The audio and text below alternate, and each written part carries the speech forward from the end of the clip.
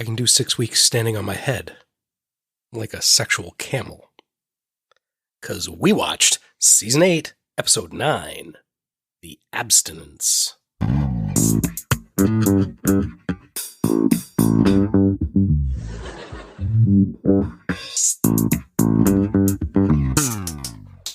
So, Katie. Hello. How'd you like The Abstinence? It was fine. It was a fine episode. My expectations are low lately. So this one was fine. I noticed that you ranked this one as fine. You didn't laugh at it as much as you laughed at the other episodes, which you ranked, I would say, less good than fine.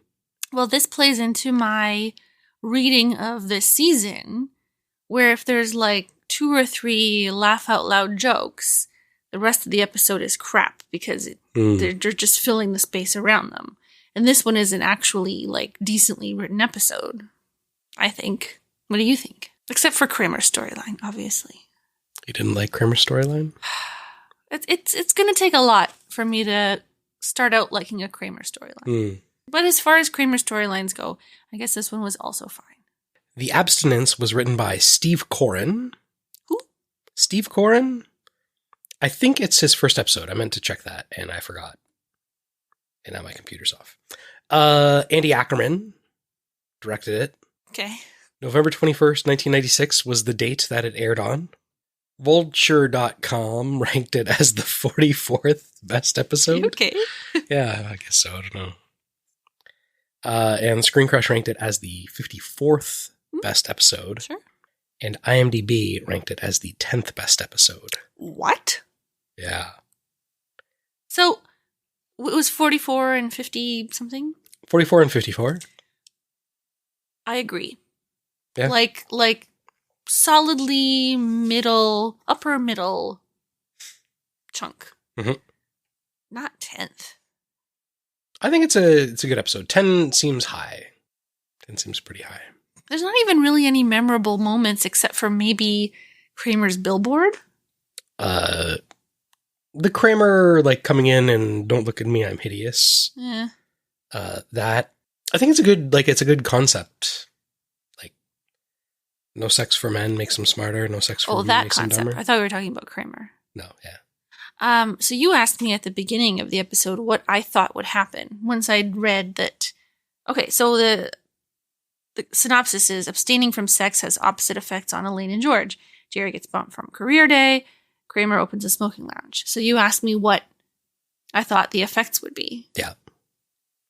And I said, playing against type, you would think that no sex would make George crazy because he obsesses about sleeping with women all the time. But instead I think I said he becomes monk-like. And then I assumed Elaine would go cuckoo bananas. You implied cuckoo bananas meant like she would be like boy crazy. Yeah. Like, not just dumb. Yeah. Dumb Elaine is pretty funny. Mm-hmm. Who were the guest stars? We had a whole bunch of people returning for this episode, but there was a few new faces. We had, as you mentioned, Bob Odenkirk playing Ben. He is known for being in things such as Nobody, Mr. Show, and then obviously Better Call Saul and Breaking Bad. Have you seen a single episode of Breaking Bad? Yeah, I saw the first one, I think. When did Breaking Bad start? 2008. That's curious, because I don't know then why I wouldn't have watched it. Yeah, no idea. Wasn't a half-hour sitcom? I only lost my tolerance for anything other than half-hour comedies after 2010. Right. So that's why I wondered when it was, but it's 2008. Mm-hmm. Breaking Bad for me is the TV show that is like the example that the television writers or producers or makers or whatever didn't adapt well, or like it's the show that shows like the difference between a TV show being weekly broadcast on television versus a show that's streamed. Okay. And how we consume television in like a binge fashion. Because every single episode of Breaking Bad is a cliffhanger. Where it's like, with 5 minutes left in the episode, it's like, oh my God, he's totally going to get found out. There's no way for him to get out of this. Within the first 5 minutes of the next episode, somehow gets out of it. Mm-hmm. Majority of the episode is then him getting into another situation. And then the last 5 minutes is like, oh no, again, he's going to get found out. Oh my God, what's going to happen? Yeah. Cliffhanger. And that works for, episodic TV that is coming out, and you have to catch it. And you can talk about it. And you're waiting for next week. But then when you're, streaming stuff and you're just binging it, you're like, well, I'll just watch the first 5 minutes of this next episode. Oh, that's how he got out. Great. Now I can stop it. Yeah. Well, I guess it was an end of an era. Yeah. Was Better Call Saul better suited for streaming? Because you watched that. I didn't. I do think so. I did have like a big gap between the last season and the previous ones. I think there still was a little bit of like episode cliffhanger itis. The biggest episode cliffhanger was Prison Break. You? For me, when my roommate and I got really into watching it and then our cable went out. Mm-hmm. And I called my mom and she held the phone up to the TV so we could hear the end of it. You had like a Prison Break radio play? Yes. And then we're like, okay, thanks, Mom, bye, hang up. And she's still holding the phone there. Because she can't hear you. Yeah. And then they got out of prison and it went on for like four more seasons. Four more seasons. They were on the run and then they had to break into a prison and then they were put in prison to break out of a prison. Did his tattoo of the prison ever come in handy again for breaking back in? I assume they broke into a different prison. I think they broke into a different prison. So silly. He was cool because he was an engineer. What about last week when I asked you if you remember this episode? George's girlfriend gets sick and they can't have sex. Well, I think I nailed it. I don't remember what I said. Sure. Okay. I already did the synopsis, so let's just get into it. The first scene is a non sequitur about a plane crashing in the Andes with George Kramer and Jerry on it. Yeah, I mean, I guess that was big news at the time. Did one crash in the Andes? Yep. Okay. That the soccer team that crashed in the Andes and they ate each other? You just finding out about this now? Mm-hmm. Oh. It got turned into a movie? This isn't the Donner Party, right? No, this isn't the Donner Party. That didn't happen in the Andes. I assume not. No, I'm not familiar. I mean, the movie came out when... Hold on. When did the event happen? That was what I was getting to. The movie came out around the mid-90s. And I think the event happened also in like the 90s. So I would have been 13 or under? Well, I knew about it. I'm a year older than you. I'm not that much older than you. Maybe I was just not exposed to terrifying things like cannibalism at a young age. It was an inspiring story about survival. Wait, but they did eat each other, right? Yeah. Well, who'd they eat first? The people that died. Well, I assume. They didn't kill people and eat them. People died and they ate the people that died. Did they eventually kill people and eat them? No. Oh, okay. No. Did they eat all the people that died? I don't I mean, you saw the movie, apparently. I saw the movie in 1996. You don't remember? No, I've seen a few movies since then. I do remember, like, they spoiler alert, they save themselves. Like, they nobody comes to, like, find them. Nobody's coming to save you. They eat people. They have enough energy. They can climb a mountain and get out of there. Okay. They were using parts of the airplane to melt snow to drink. And I remember asking my dad, I'm like, how come we can't just eat the snow? Mm-hmm. And they're like, oh, it'll make you cold and give you hypothermia. And I was like, oh, it's a good survival thing that I now know. So I know, don't eat snow because you get hypothermia, and eat people so you can climb a mountain. So they cooked the people, right? I don't think so. Ooh. In the I don't know why that makes a difference. It's ceviche. Raw is eating a person raw is wrong. And eating a person cooked is wrong too, but it's less wrong. Especially if you didn't kill them, if they're already dead. Like show some respect and make a nice fillet. Like in my mind, they like kind of like unbury the person from the snow, like cut off a piece of their like butt or leg or something and eat that. I'm just like, ow. Do they skin it? The culinary preparation of the main course was not prominently a part of the movie. I'm just wondering, like, did they, you scrape the hair off, or do you like try and take off the skin and some of the fat? They make a nice like crosshatch so that the like fat renders out nicely. Yeah. And I mean, they're melting snow with the airplane. I assume they can fashion some sort of cooking fire. They survived, so they must have a source of heat. There's airplane seats to burn. It's full of fumes and stuff, but maybe I should see this movie. It'll answer all my questions. It would, because I don't have any answers for you. I think that's what we're going to talk about for the next 15 minutes. So this wasn't the Donner Party. What was it called? Alive. Well, I can't search for that. I'll never get it. Alive movie. You know what? I've seen reference to it in like Tiny Toon Adventures. Sure. Now that you've said that, it's alive with an exclamation mark, right? Yeah. Okay, so I've seen, but I didn't know what that was.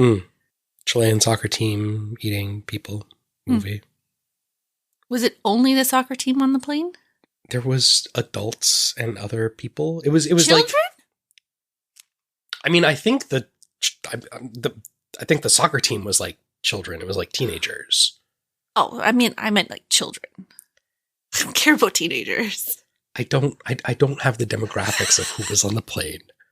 What were you researching? If not this. I didn't look up any of this. This is going by a 35-year-old memory.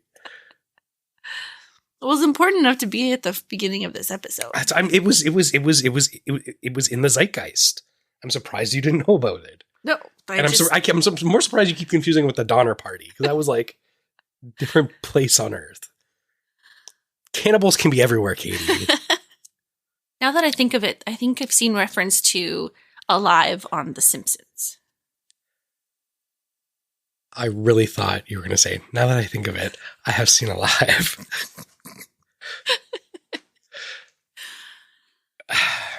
So George's girlfriend has mono. Does anyone get mono anymore? I was tested for mono once. Because I think in the 90s it was very in. I don't think anybody notices mono or cares about it anymore. It was very in. It was the it disease. Yeah.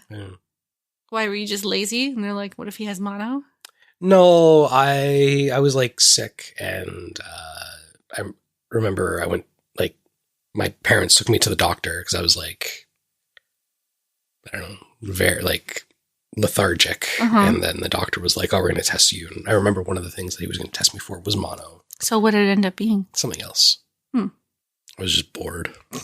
I can't have sex with me or in general. Oh, yeah. Thought that was a good line. Yeah.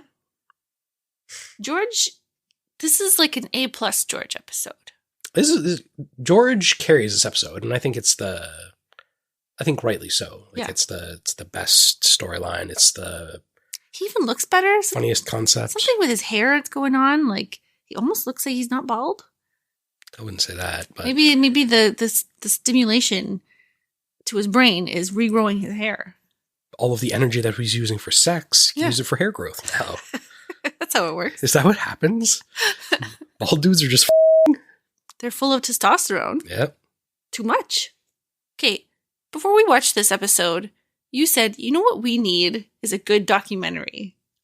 I did. And then in this episode, George and his girlfriend aren't having sex. And he goes, we just talked. We watched this wonderful documentary. And then I looked over and I said, are you trying to tell me something? Well, now we're conversing and I'm finding out a lot about you, like you haven't watched Alive. I'm sorry when we met, I didn't tell you that I hadn't seen Alive. And now this is a fact you're learning for the first time today. Well, back then we were having so much sex, there wasn't time to tell me that. I haven't seen Alive yet. It's true.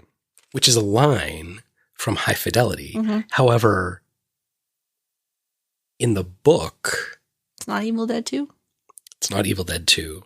He says, what would I tell you if I hadn't seen Apocalypse Now yet? Oh. And in the movie they use is, what would I tell you if I hadn't seen Evil Dead 2 yet? Why did they change it? I don't know. Why does Kramer say, why does Radio Shack ask you for your phone number when you're buying batteries? We both laughed at that. We both laughed. It's a line that I've said. Yes. I think I switch it to postal code.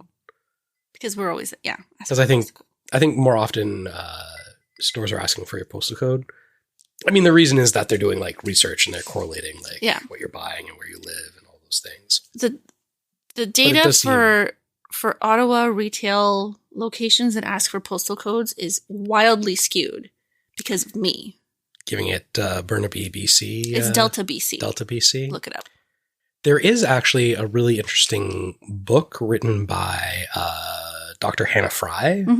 Talks about algorithms, and it talks about the like correlations that stores do, and their ability to like the algorithm the store has is like a super great predictor for when women become pregnant because they start buying like prenatal vitamins and they start buying prenatal vitamins and then they get pregnant. Big surprise. I'll send you the book and you can read it. I like Hannah Fry, but that's not really groundbreaking. It's more, I'm summarizing. Okay. She's going to be on the 2025 or 2024, I guess, Christmas episode of Taskmaster. Wow. Who was Pericles? Sir Arthur Conan Doyle. What is borax? What is tungsten or wolfram? Chicken Kiev. Alex Trebek, credited on this episode. I guess I could have done him as a guest star. Oh, I didn't even think of that. Do you think it was a real episode that they took from, or he just came to set and talked? Oh, I don't know. That'd be a good question. I noticed a new thing on Jerry's bookshelf. Maybe it's been there before, but I haven't seen it before. And I think I may have owned it, called Advertising 2. It is a trivia game based on product marketing. And on Board Game Geek, it is rated 5 out of 10. Sounds fun. It came out in 1991, which, I mean, Advertising 1 must have been successful enough to warrant a sequel. Sequels usually aren't as good as the originals. Oh, Advertising 1 is rated even lower. It's a 4 out of 10. Wow, we got a real Empire situation on our hands. Sue Ellen Mishke comes back. Lane tries to impress her with her so-called doctor boyfriend. Someone fainted and she says to elevate the legs. What are we supposed to do? Yeah, Carlos faints. Is there a doctor? Who's Carlos? Nobody. He lives, right? I mean, Elaine brings flowers. Condolence flowers? I don't know. And then she notices George reading in the corner with a pile of books. He goes, "Of course! Absolute zero!" I wonder, that would have been like a really fun, like, just say something smart and then you can like, of course! Galactic You can't say something dark matter smart annihilation. on the spot. Background cosmic radiation. Of course. The Treaty of Versailles. I did like Jerry's analogy that women and sex are like garbage day. You just know you put it out there, someone's going to pick it up. And You got a bunch of bags piling up in your head. The bags are piling up. You're stupid.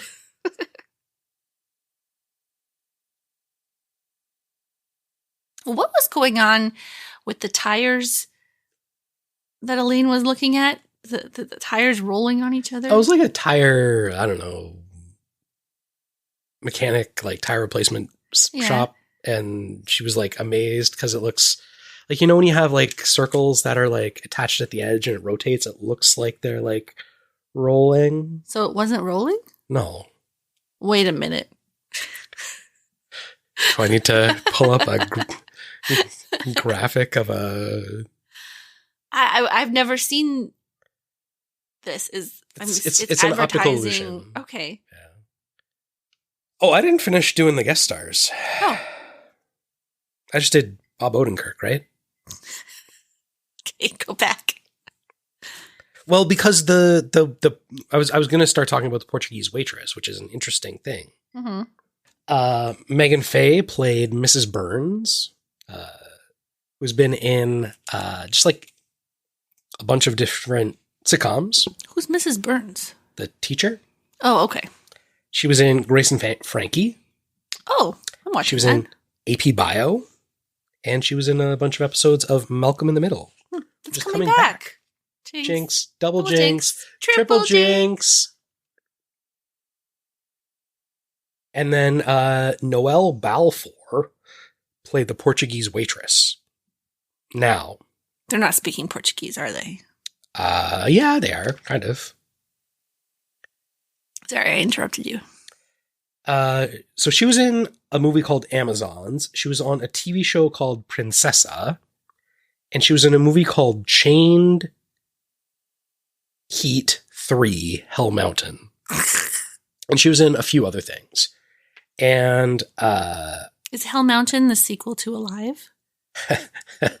It would be too warm, and then the people would be cooked. And so then you would want raw people. Mm. Anyways. So I wanted to figure out whether or not she was actually Portuguese. Hmm. So I Googled Noelle Balfour. Now, this Noelle Balfour spells her name with an umlaut over the E. Noelle. However, there was another actress, Noelle Balfour, who didn't have an umlaut.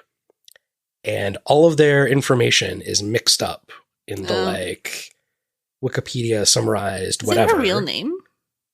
What, Noelle? Yeah. Balfour? They weren't even, neither of them were like significant enough to have like Wikipedia pages. So it was like hard to like figure this out. But then like Google took like parts of everywhere, but Google got confused itself. So Noelle no umlaut was born in 1984. But Noelle with an umlaut got married in 1997. So I just saw that information and then I tried to like figure out, was she a 13-year-old child bride? You were exclaiming a lot while you were researching. Well, at first I was like, how old was she when they like filmed this? And then I was like, she like a weird 13-year-old? This seems like oddly sexual that George is having sex with her. And then she married some guy who was on the Wonder Years. It was a whole thing, and then it was a journey. It was two people. It was just a different person. That's the most unsatisfying cliffhanger resolve. Never has an umlaut made more difference. So George learned Portuguese. Do you see a housekeeper going to George's apartment? Yeah, because he's lazy. But is it clean? Like, he's got all that World Series money, Katie. He's rolling in the dough. He probably got a ring. George Costanza probably has a World Series ring. Think about that. But does he have a hamster? We never really see it. Somebody has to come in and clean up the hamster cage. The habit trail. If you get a hamster, do you really just like sign up for a subscription for hamsters because they don't live very long? You've read that thing about how hamsters hibernate? So when they hibernate, they are like unresponsive to stimuli. Oh, I have heard about this. And so there's Probably a solid percentage of the hamsters that were put in shoeboxes and buried in gardens were really going to like pop back up next spring. Oh. But they're rodents. Can they tunnel out? I'm sure they're fine. The wild hamster population in suburbia. Oh, we didn't talk about how Jerry went to do career day. Mm-hmm.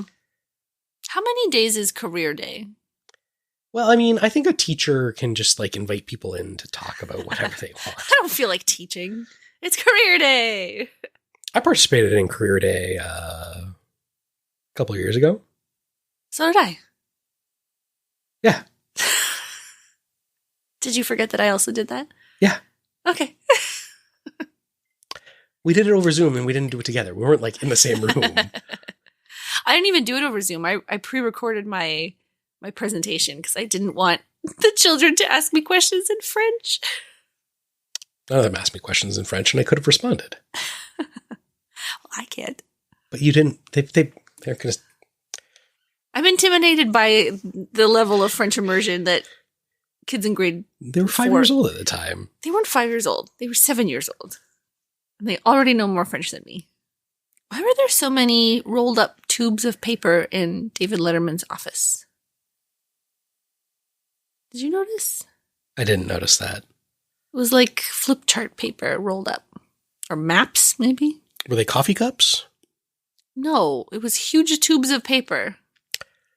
So famously, David Letterman had like a pyramid of like disposable cups in his dressing room because he put one for every show. And then like at the end of his career, there was this like tower of cups. Gross. I tried to look up David Letterman rolls of paper. I don't know what I was Googling. But all it came up with was secret sex pad in Letterman's office for affairs and sleeping with his staff. Oh. Did you know about that? No. Neither did I. Huh. I mean, it was publicly in the news, but I never watched Letterman, so I didn't care. Probably. Letterman for me was peak talk show. Yeah. That was the Never watched Letterman. I never watched Leno. Letterman and Conan. Conan? I'm a Conan gal. Yeah, but how much of his show did you watch? Very little, but more than Letterman or Leno. Even though it was on after? I would watch it later in clips. The only show I'd stay up for was The Daily Show. And The Late Late Show with Greg Kilborn? Never. That's when you know you've hit rock bottom, when that guy comes on. You're like, I should be asleep now. He was good. That's all I have. I mean, I have a great many things written down. You got 11 minutes? I guess we should talk about Elaine showing up at Jerry's for sex. And he rebuffs her. Is Kramer home? Do you think she did it with Kramer? What? Okay, let's talk about the Kramer thing for a second. Sure. Because at the end, in the cab with Jackie Childs, his teeth are clean, his skin is clean. Yeah, he just didn't want to get back in makeup. Okay, I'm trying to think of a story reason. I don't think it works out. Fun fact, you probably forgot that the actor that plays Jackie Childs is Phil Morris. Philip Morris. He thought it was funny taking it to the tobacco companies because he had been made fun of his entire life for being named after a cigarette. I calculated my odds of ever being with a Portuguese waitress. It was too good to pass up. George takes test tubes and goes, "Ooh, take me to your leader." I mean, he goes too far in the other direction. Regular George knows what test tubes are. He goes, "What are these things?" Yeah. Maybe it was really good sex. Must have been. All right, what's up next week? The Andrea Doria. What is that? I thought you might be familiar. It seems like a thing that you're into. Oh. Andrea Doria was a ship that sank. Is it on that map over there? I don't know. We should check. We have a map of shipwrecks across the world hanging above my desk. Yep. Should check to see if we can find it. And George looks for an apartment. Okay. Can't wait. Oh, I have connections. Corrections. Connections? I have corrections. Lay them on me. So, last week, for some reason, we were talking about The Offspring. I think the guy in the episode, I was like, does he give me vibes of The Offspring? The guy who gets the job at the chicken roasters. Yeah. And then I looked up the singer of The Offspring. They don't look alike. No. But, did you know? I think you said his name was Dexter Holland. Like you remembered that. I might have said, I know it's Dexter. I thought, in my head, I was just about to say Dexter Morgan. So, Dr. Brian Keith Dexter Holland got his PhD in molecular biology, studying microDNA and HIV virus in 2017. Oh, he was class valedictorian in high school and got the nickname Poindexter. Ah, there you go. There you go. That's all. Well, goodbye. Good night and bon appetit. Believe it or not, this is our podcast. Please subscribe at the end. If you subscribed, we would be happy. Please subscribe to us. Believe it or not, it's our podcast. Is that a Seinfeld reference?